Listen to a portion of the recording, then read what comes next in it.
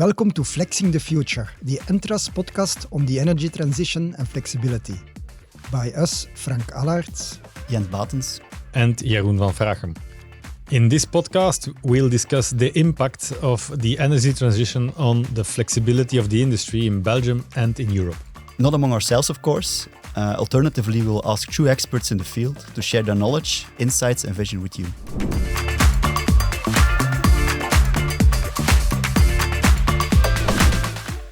Welcome to Flexing the Future, the Entras podcast about energy transition and the role of flexibility in the process. Today, we have Dieter Jong from IA Consulting in our studio. Welcome, Dieter. Hi, Jeroen. Thank you for inviting me. Maybe for those who don't know you, can you briefly explain who you are and what you're doing currently? Oh yeah, I started as a civil engineer in electricity, high voltage power. And then I ended up in the power exchange to begin my career with, when it was still not yet a power exchange, so Belpex in the very beginning. Markets instead the of markets, yes. markets instead of technology. Yes. And so this is how how my career came to be. I became an expert in electricity market design. Okay. Maybe before we start analyzing together in our discussion the state of affairs of energy transition, maybe a bit more personal. What, if you look at it, this whole energy transition, what's your view, your personal view, your gut feeling? Is it on its way or are we in trouble? What do you see? I think there's a lot of encouraging numbers. We see, for instance, solar panel prices coming down, battery prices coming down, EVs finally bursting through. So there's quite a lot of good things that are happening in the energy transition. There is some stuff that could go faster. For instance, we're not renovating enough homes on an annual basis to get to a 2050 carbon neutral scenario. So there's a couple of things where we really need to accelerate, but there's a lot of things where we are actually getting on track or getting to speed, which is quite nice to see. So you're still optimistic? Yeah, by nature. Yeah. Okay. So let's analyze together and let's focus a little bit then on the markets, because markets are important. You are an energy market expert, and actually you are a lot working on this intersection between markets and prices and data. Can you maybe explain why that is so important? Well, what we do see is that the original market design was meant for large-scale power plants. So it remunerated based on a free market price that was set on the lowest cost to produce. Yes. So typically what you are looking at is a market that looks at a merit order curve and then favors either gas or coal-fired power units. So typically pushes towards low capex investments and with significantly low, or let's say with possibly higher OPEX running costs.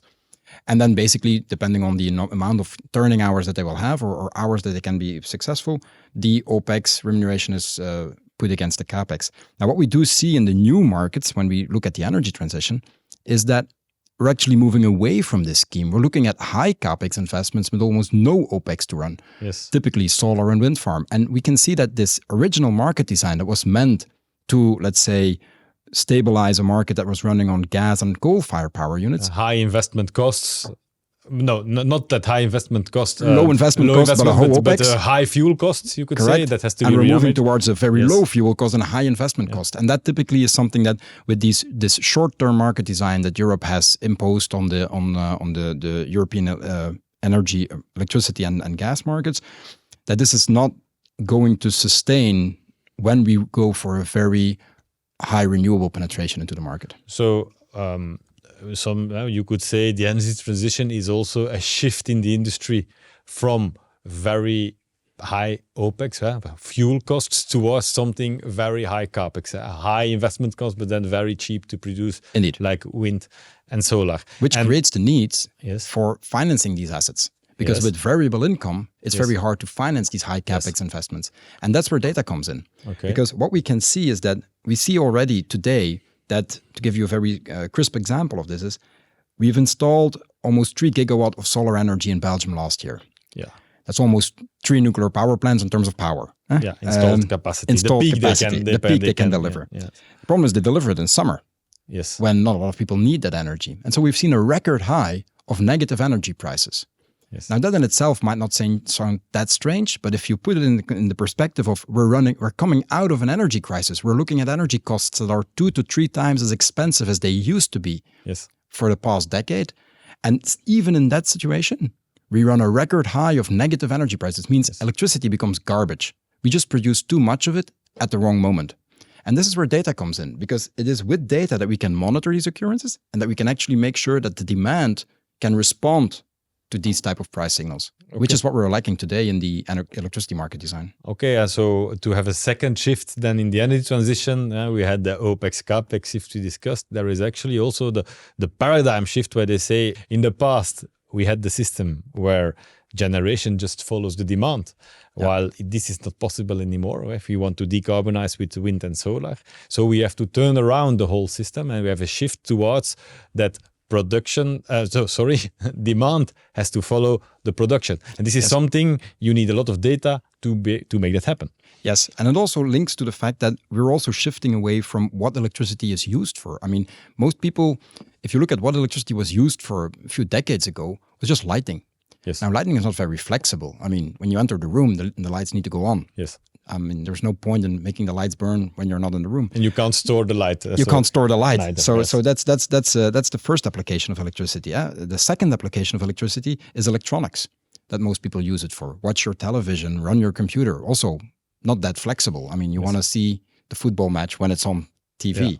And so these things are not very flexible. But if we look at the energy transition, then we're actually moving away from these type of electricity usages towards driving your car with electricity, heating your homes with electricity, warming your sanitary hot water with electricity. So basically a third shift, it's what you could call electrification. It's the electrification that actually makes this run, because it's in those electrical appliances or this electricity use that we actually have flexibility. Yes. You only need to charge your car once or twice a week to be able to drive it all week long for the most average person in the country. So there is a bit of luck. In one hand, on the production side, it becomes a lot of renewable energy, but sometimes too much. Luckily, there is a second, or in symbiosis, there is also a shift towards more electricity consumption. If you put these two together, we might end up with a system that actually could work. Yeah, that could actually, let's say, pilot the demand to follow the available renewable energy production. Yes. Whereas it didn't used to be like that. We used to be in a system where the production had to follow the demand because the demand was inflexible. Yes. Yeah, indeed. And that's where data comes in. Okay. I mean, yeah. To make the link to the question you asked, yeah. If we want to know whether or not cars have to charge or don't have to charge, we first of all need to know what their state of battery is, their state of charge is. Okay. Because we might run into an actual critical problem that suddenly 2 million Belgians want to charge their car because they've waited for the Friday afternoon to start doing that. But you're talking about data, and I can imagine we are engineers, so we say, well, if we have the data, we can probably solve the problem. On the other hand, you're talking about also households charging electrical cars, maybe heating the homes with the heat pump, for instance. But how will we get all this complex data, complex decision making? I can't imagine that my neighbors will do that. Will work on that every day. Is it too complex? I guess industries, they can maybe look a bit more to it, but can we do it everywhere? Well, I think we can see two different enablers to data access. First of all, if we look at the industry, for instance, there has been a long-term push to get to an ISO 50001 certification or whatever, so that industry is starting to monitor way more closely how their processes are run and where the energy is consumed. They have to report to, let's say, the ISO 50001 certification. They have to, because of benchmarking confidence that they had signed in the past and other agreements. Policy is pushing them to become greener. Yes. And that's why they need to show how they are becoming greener. Yes. We can also see this with the corporate sustainability goals, the packages that are coming online right now, the legislation that's coming online. It pushes industry to gather this type of data. Yes. But that means the data becomes available. Okay, yeah. But then you're also talking about residential applications, heating homes and charging electrical cars, which are breaking through. Yeah. I guess they will not know what ISO 50000 is, and that's not their ballgame. So how will how will they be faced with the data, and how can they act on that? Well, what we do see today is that if you buy anything, that is, let's say, not your typical sandwich at the corner shop, but if you buy any electronic application, you somehow assume that it has an application on your phone. Yes. And it's the truth. It's the world we live in today. I recently bought a microwave, and it had a remote application. I do not know why I want to use a remote application on my microwave, because usually it just runs for 2 minutes and I don't even have the time to move away from it. But still, it's becoming this standard that any application has a mobile application with it to control it.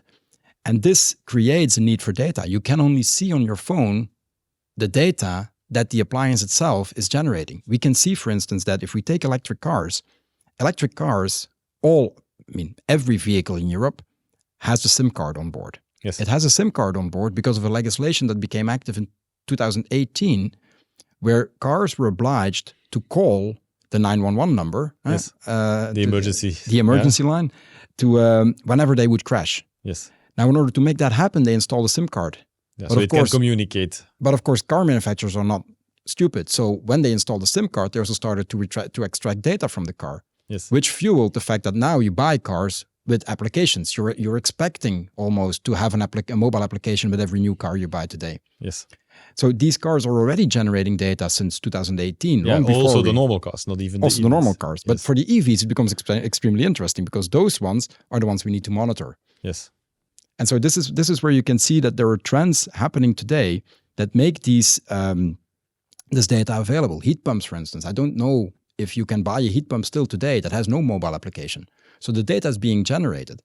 And then we see, for instance, that end of last year, the EU Data Act got approved. And the EU Data Act has 2 interesting articles, Article 4 and Article 5. Article 4 says that if there is data being generated by an appliance, then the manufacturer has to make it available in a machine-readable format for free to the end consumer. Okay. So, So that- everybody can use the data. You don't have to. It's not locked in for one supplier. It is At free least for everybody several can use users. their own data. Yes. But then there's Article 5. And Article 5 says you need to, as a manufacturer, if you collect data on appliances, you need to make it available to third parties as well in a secure and privacy-concerned way. But you need to make it available. You don't have to make it available for free because it's a data economy, of course. Yes. But there's those 2 articles. They're going to push the availability of these data that is already being gathered on appliances today, is going to push it towards the rest of the world and make even more applications and interactions between various systems happening. I can understand that BMW maybe does not want to control the electricity in your home, but at least the data of your BMW will become available to interact with your home energy management system. Okay. And a way to manage the complexity, I would say, for the people who are not experts and just have another business than being energy transition manager for their homes, that complexity that can somehow, you expect, can be taken away by the fact that there will be applications by innovative companies with different business models, or how does it work? We can already see them emerging today. I think a couple of nice examples are, for instance, if we talk again about EV connectivity, well, you can see, for instance, a smart car or an Autonomo were very successful pioneers in this field. So they typically take these type of data sources, aggregate them, and make them more easily accessible to other parties. But that being said, I think in most situations, we see a call for standardization. And actually, technology is catching up with us.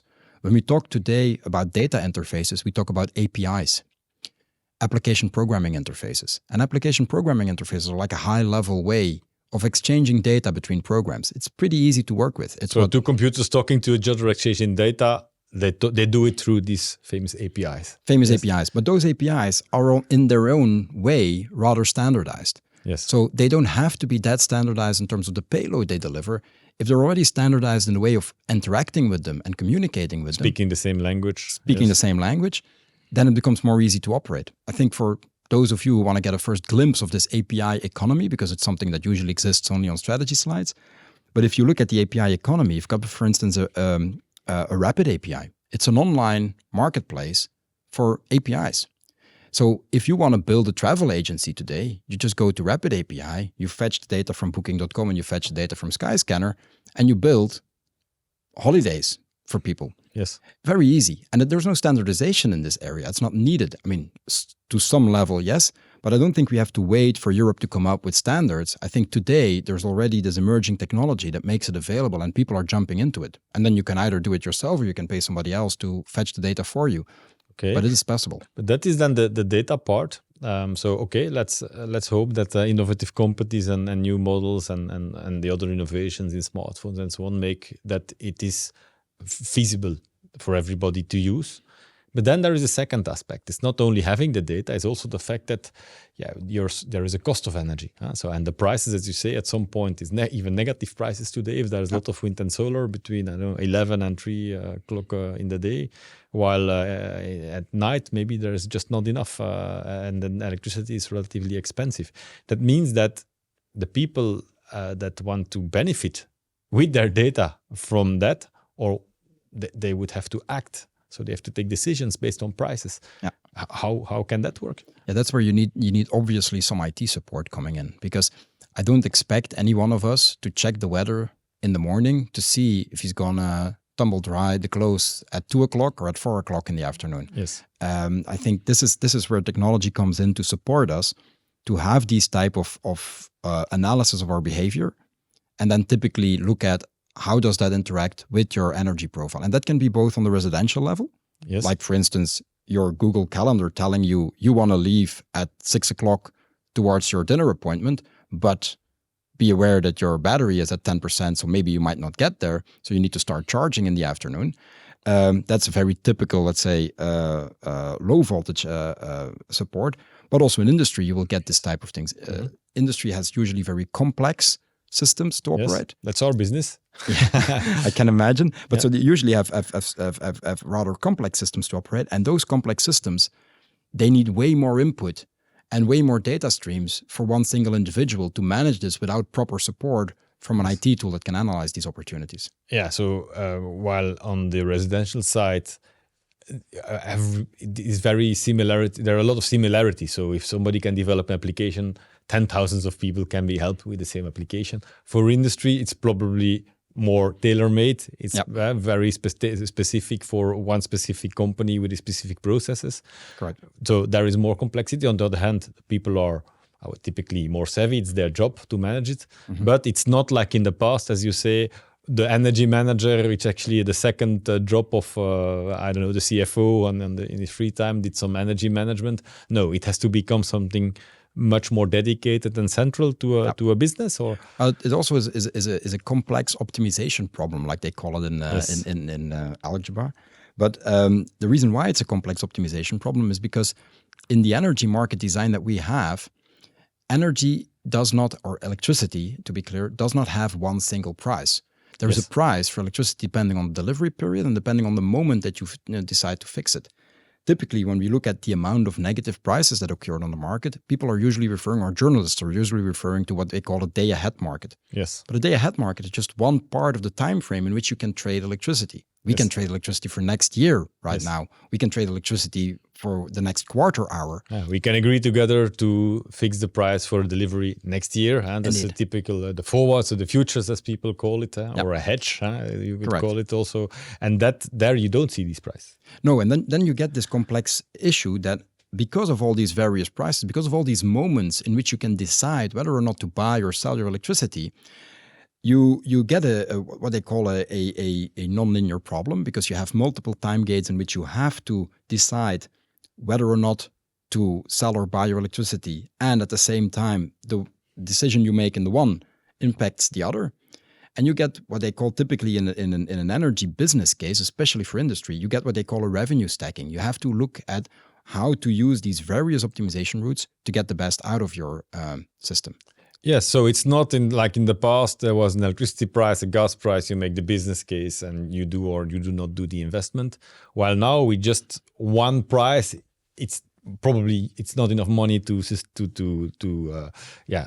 make the investment happening. But on the other hand, due to the fact there are different markets with different specificities, you can stack them up and then still have a business case. Yeah. To give you, for instance, a practical example, we'll go back to the car again. So if you look at the car, it's a battery. It can store and it can sell electricity. Yes. So it can buy and it can... So basically, you could run it simply on these day-ahead prices. You could simply say, okay, when the prices are low, I'll charge the car. When the prices are high, I will discharge the car, or I will not charge the car. That's a very straightforward approach. But then if you look at it, most car batteries are actually used as well in what they call grid support services.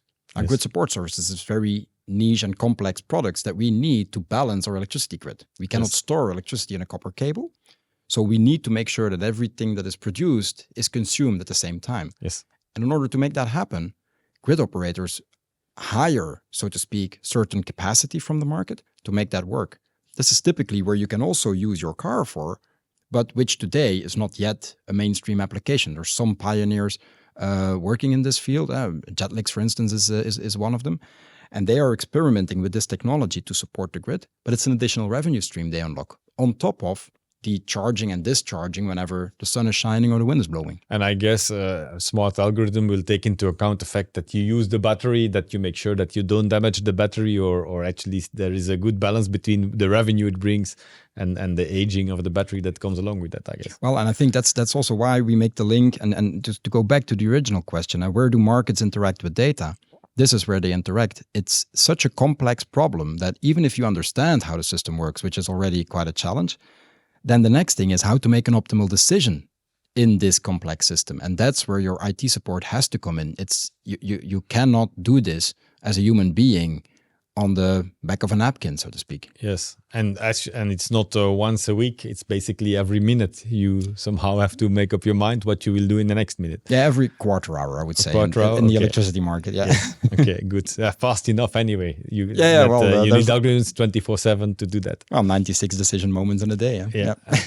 Exactly. So if you look at flexibility, because in these talks here we have discussions with industrial players, and they look at flexibility, and we ask them, how would you define flexibility? So the same question to you as an energy market guy. How do you look at flexibility? What is it for you? That's an economic option.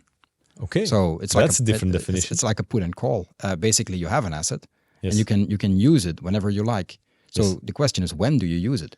Okay. If you're not too smart about it, then basically your option is not worth that much. But if you're smart about it, then it can generate money. So that's what I look at when I look at flexibility. That's usually how, from a market perspective, I look at it. It's an option to buy and sell at a moment of your choice. Yes. But then you have to choose. You have to choose. And choose wisely. And choose wisely. But the fact that you have the option as such already has value. Yeah. And that is something, a mindset, which is, I guess, still a long way to go for many people. Is the fact that you have to think about energy costs as options. Correct. Okay, that's interesting. And I guess, my next question would be, what would be then the role of data to develop that whole idea of energy as an option? Well, basically for me, the data is what's going to support these type of energy options. So the data will give us access to how much flexibility does exist still in the system, how much options are there. If you typically look at stock options, for instance, yes, there is entire monitoring. I mean, it's not your regular... not our business, but they have gained some experience, so we might benefit from that experience to apply in the electricity market. But you can look at what they call open interest, and you can look at what they call the amount of options being sold and the leverage that exists on a certain product. This is exactly what we're moving into with electricity markets as well. We will see that at some point in time, cars will massively start to charge because the price signal was right, but that means that they will drain flexibility from the system, and we will have a bit less flexibility afterwards because the cars were already charged. We'll have the same with housing, for instance. If we have no cold spell coming up, then basically the energy demand for heating homes is dropping significantly lower. Yes. And that means less flexibility because, let's be honest, we will not heat homes to 25 degrees simply because the wind is blowing. Yes. Okay. No, well, I think it's an interesting way of looking at it.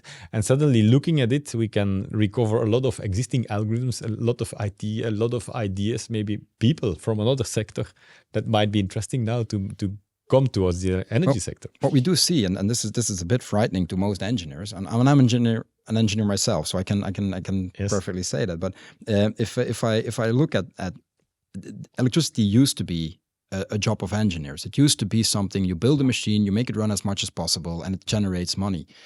That is no longer the case in the electricity market of tomorrow. The electricity of tomorrow is an economic option.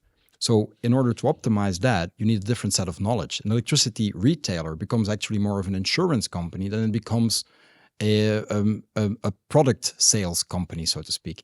Okay. And an insurance company has a totally different way of looking at the products they are selling.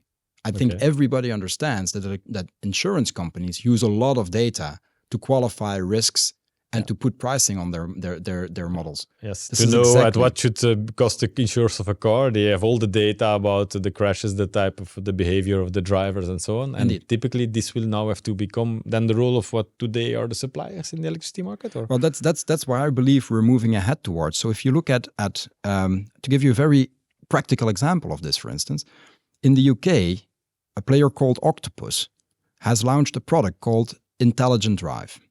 And the product itself is pretty simple. Me as an individual, I buy electricity for my electric car, and my only condition is that I plug it in 80% of the time.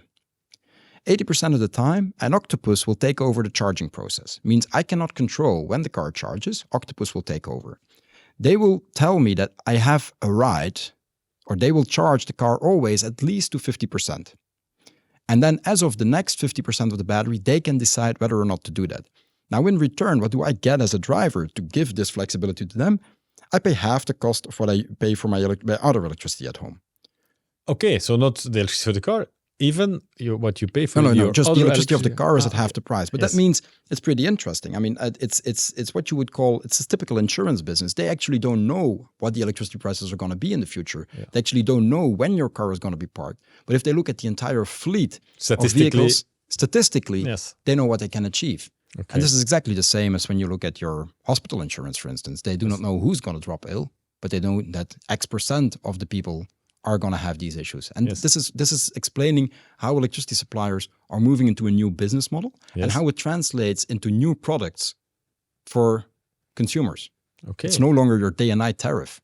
Yes, indeed. And then now we have a bit, I think it's a challenging or a stimulating view on what could it look like. Of course, this is now from the image from a residential user or a personal user. What would be the impact of this paradigm change, or these changes for industrial players? Well, if we take the example, we just discussed that at home, the energy manager will get used to the fact that he has a specific contract for his heat pump, a specific contract for his car, and a specific contract for the rest of his home, so to speak. Because Yes. his two Today, flexible in just assets- one contract, you don't even know what's in there. In the future, but in the future, it he will be get half the price for his EV if he plugs it in, and he might get a 20% discount on whatever his heat pump the is heat pump, consuming. yes. So he gets different energy contracts for one home. Yeah. Now imagine this guy going to work and then having to sign an all-in-one contract for the entire electricity supply of his site. It's not going to happen.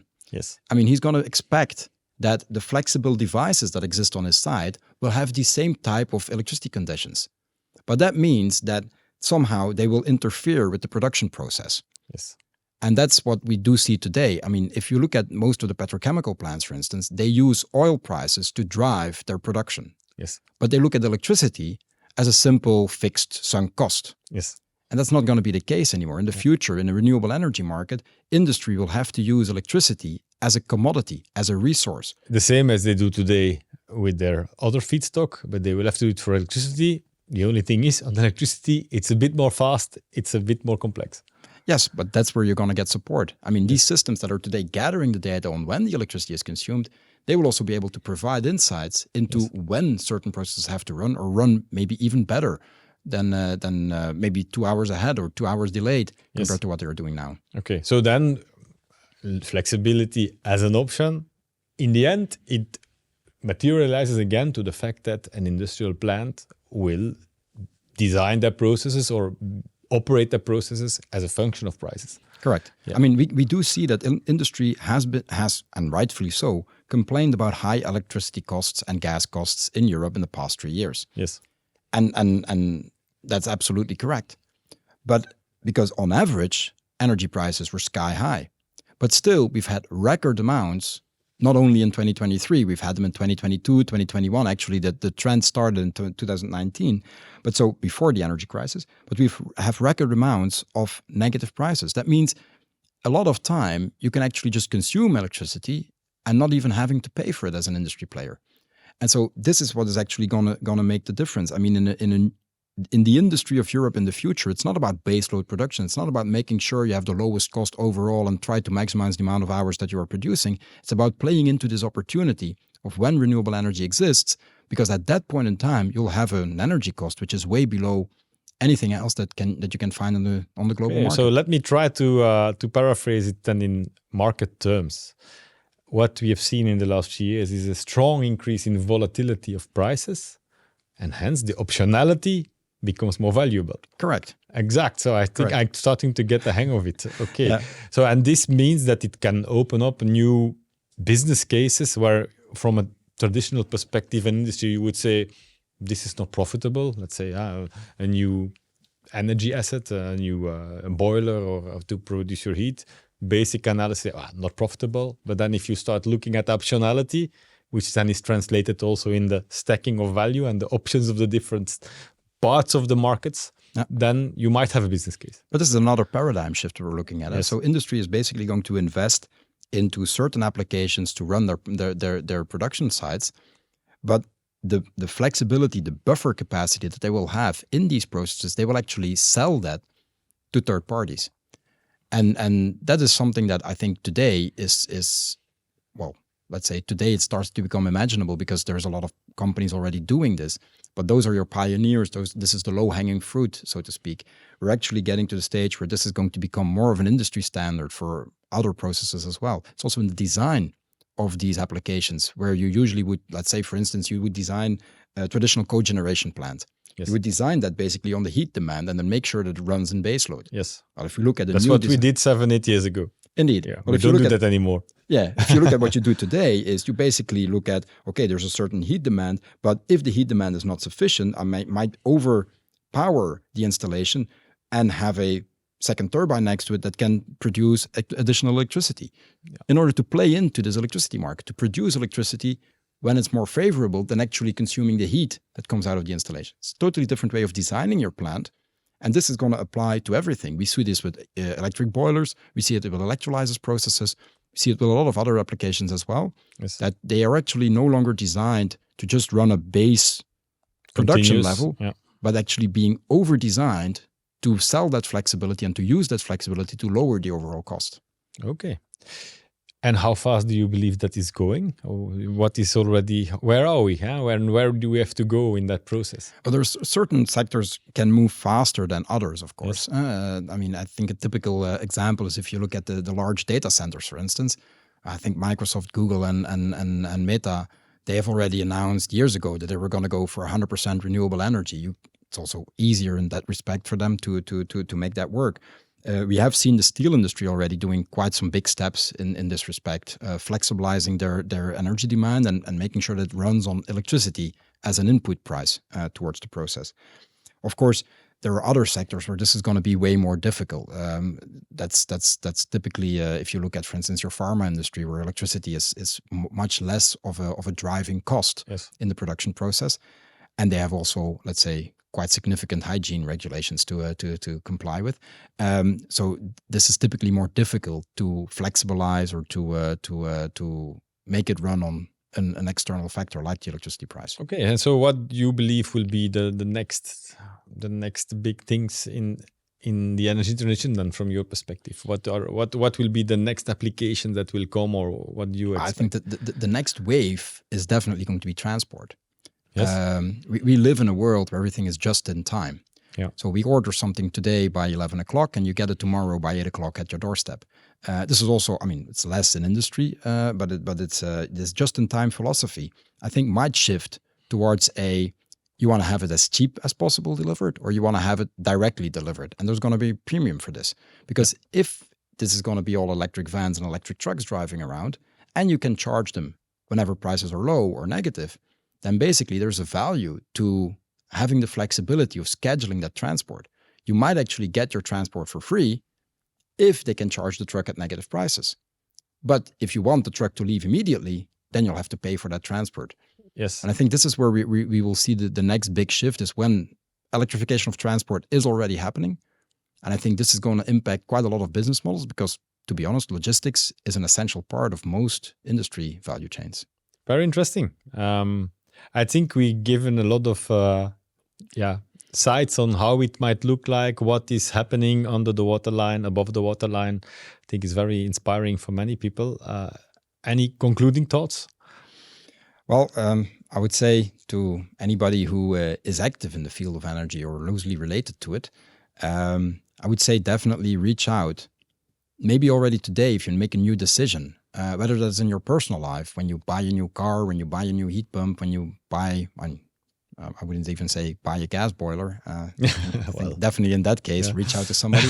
But do consult maybe some of the people active in the field of energy that can help you shed a light on what it is moving towards. Because I think the main frustration that exists in the energy transition is that people somehow get blindsided by certain new regulation that comes online. I think we've all seen the nitrogen crisis now popping up with farmers blocking the roads, while actually this policy has been voted over 15 years ago. Yes. We knew it was coming.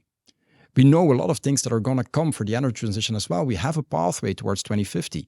Yeah, we know that there will be wind and solar. We know it's just too much at some moment in time. Indeed. At some point, it will become unsustainable if we can't adapt us. So we have to adapt now. Indeed. Instead of trying to stick to the business you know, try to put it into this new perspective and seize the benefits from it. Because the first movers usually reap the highest fruits. Okay, I think that is a good concluding remark. Thanks for the discussion, Dieter. My pleasure. Thank you. Yeah.